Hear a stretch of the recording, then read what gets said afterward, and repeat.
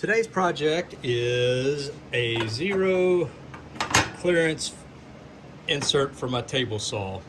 So I just took some measurements and made notes of that. Took measurements of this radius, the overall length, this radius down here, and the thumb hole size.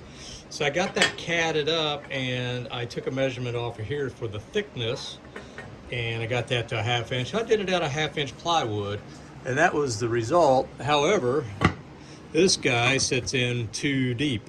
So I need to cut another one out of thicker wood and plane it down to the right size. Actually, I'm going to plane it before I cut it. So that's my goal. And after taking some more measurements, my final cutout needs to be 0.569 to 0.580 thick for a good flush fit here. So what I'm going to do is I'm going to cut it probably a little proud, maybe up to the 580. And then I will get it in here, see how it fits, and then if I have to, I'll take a belt sander or a plane or something like that and make sure it's flush across the top. So that's my goal today.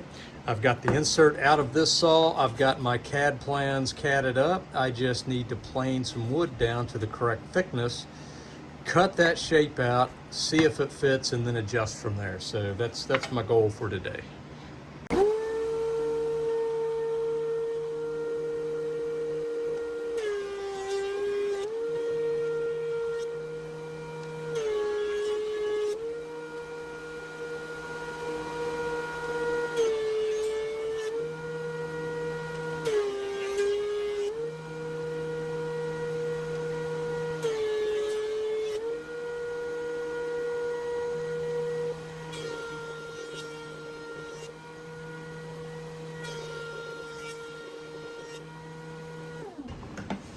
I'm an average at 0.58.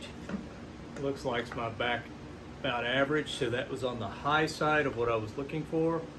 So I am going to call that good.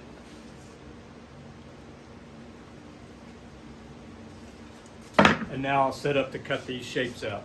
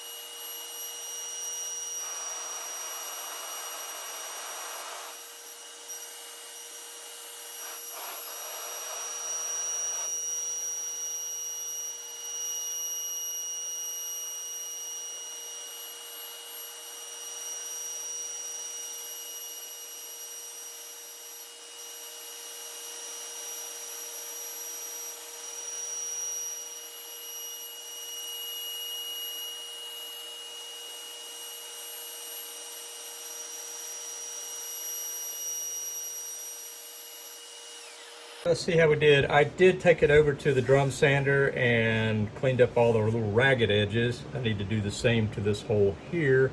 But let's see how this drops in. Looks like it's going to fit great. The saw blade is now holding that up. So I need to get that slot cut in it.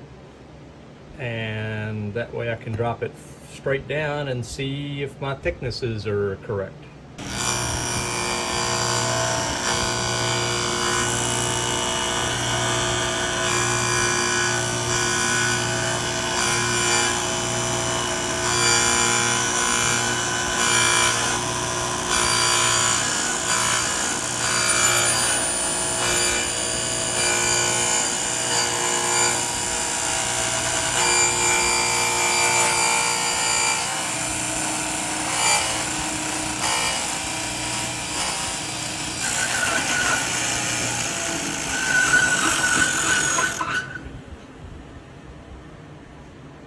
That should be enough to allow me to install that insert and get the blade seated correctly in there. So I did several things here. I'm using my fence to register this side of the new insert so it can't move that way. I'm using my thin stop rip jig to kind of hold it against the fence so it cannot move side to side. Back here in the back, which you may not be able to see, I've got a magnet secured to the cast iron fence so the wood can't move that way. And on top, I've just got a couple pieces of 2x4 with some weight sitting on it, so when I started raising that blade, it wouldn't try to move this piece of wood underneath of it. And I was also holding some down force on that. I could have stacked some more weights up there, but I was able to use the wheel in one hand and put opposing force with the other. So that allowed me to get that done.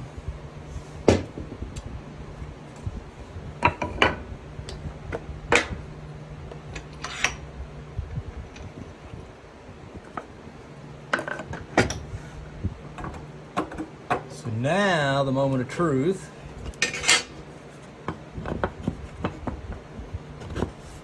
Oh, look at that.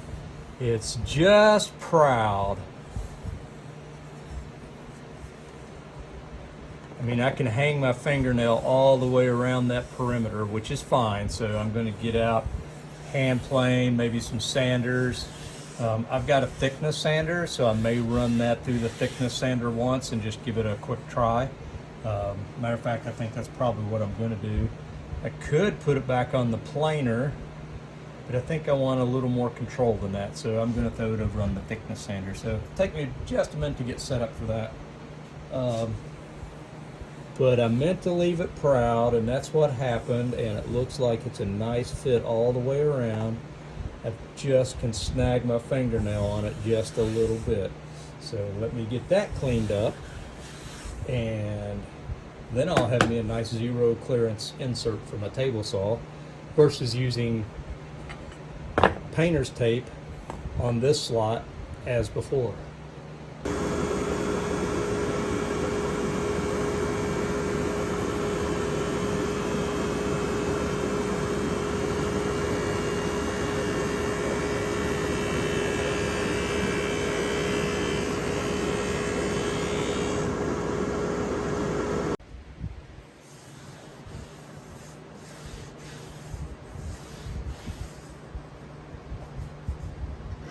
I'm happy with that. This is going to work great, so I'm very happy with that. I'm going to cut out one more of these blanks and just have it around. And that way, if I need to do an angle or something like that with zero clearance, it'd probably be a 45. I've got a blank that I can cut that out of as well. All right, so I laid out and I counterbored this hole, so it's got a through hole, and then it's counterbored to accept this shoulder screw, and that works just fine. So the only thing I'll have left to do is I'm going to seal the wood just a little bit so it doesn't swell too much. I'm just going to try some paste wax. I think that'll probably do what I needed to do, but maybe not. But I'm just going to try some paste wax. This is tray wax, got it off of Amazon, and I've used it on several projects, both for shop fixtures as well as out the door customer projects, and I kind of like it. So there is a competing family brand name wax that's been around forever, and this seems to be just as good as the old yellow can, and it's not as expensive, so just an option for you. So I'm going to make sure that I get this edge grain and especially the end grain up here, because that'll suck it in there. And I'm just trying to prevent this from sucking up too much water and moisture and swelling up. Although I know I can get it out on a saw, I just don't want to have to fight with it. Because usually when I'm going to be changing this out, it's probably going to be at some inopportune moment, and I need to do a quick change out of this and not mess around with swelled wood. So, and this will also help things slide over the top. All right. So I'm gonna let that soak in just a second while I go get a clean towel and wipe the excess off. All right, I've let that sit for a minute, so now I'm just gonna wipe off any excess wax that may be built up on here.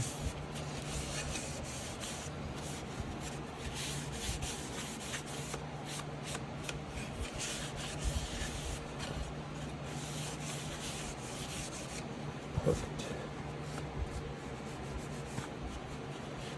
Just making sure I don't have crap there.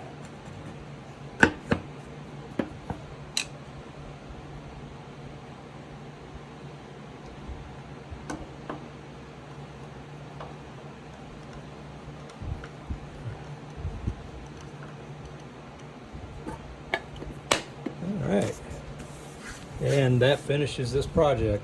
Thanks for watching, guys.